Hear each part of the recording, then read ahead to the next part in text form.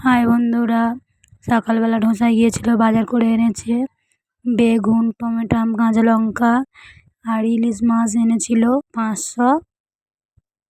দেখো ইলিশ মাছ তিনটে, 3 রকম সাইজ। প্রথমেরটা একটু বড় ছিল, তারপরে একটু মতো ছোট ছোট দুটো। আর এটা হচ্ছে কি বড় ইলিশ। দেখো আমি বলছিলাম যেটা বড় ইলিশ। সিলভার কাপ মাছ নিয়ে এসেছিল 1 কিলো মতো। মাছ নিয়ে এসেছিল, আঁশগুলো তুলে দিচ্ছিলাম।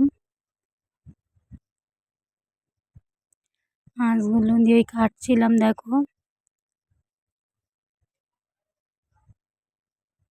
সিলভার কাপ মাছটা কাটছি, বড় সিলভার কাপ মাছ। পুরো কাটাটা দেখালাম না।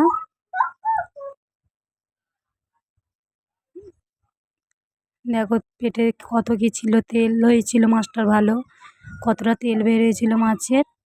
আর পেটি করলাম মেটার জন্য, দাগায় কাঁটা থাকে ওই জন্য পেটি করলাম 4 পিস মেয়ে খাওয়ার জন্য। একটু বড় বড় করে পেটিগুলো করলাম।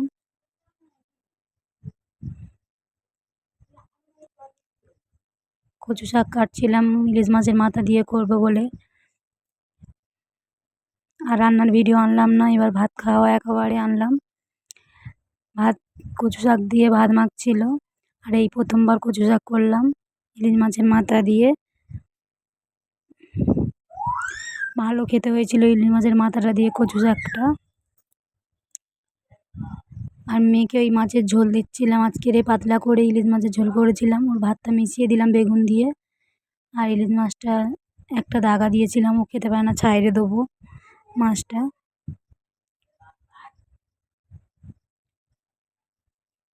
আমি কচু শাক দিয়ে ভাত খাচ্ছি।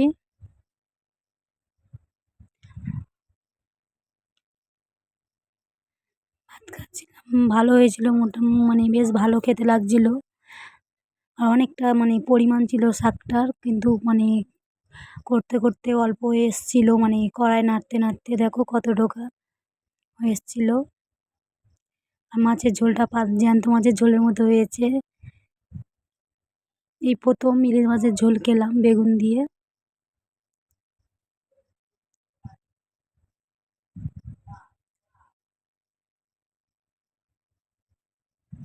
মাছের ঝোল নিয়ে নিচ্ছি, একটা দাগা নিলাম, একটু ঝোল আর 2 পিস বেগুন নিয়ে নিলাম। ভালো লেগেছিলো ঝোলটা খেতে, প্রথম ঝোলটা খেলাম। মাছ আর ঝোল নিয়ে নিলাম।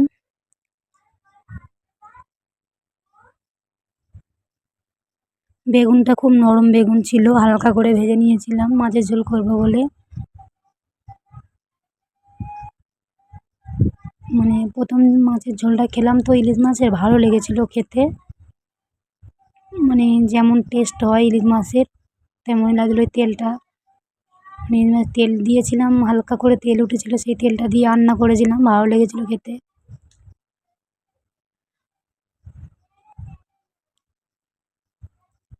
আমার মেয়ে হাই করছে দেখো তোমাদেরকে।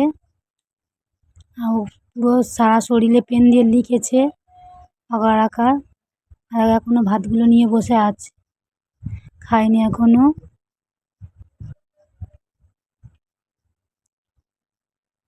তোমাদের দাদাভাই এখনো কচু শাক দিয়ে খাচ্ছে।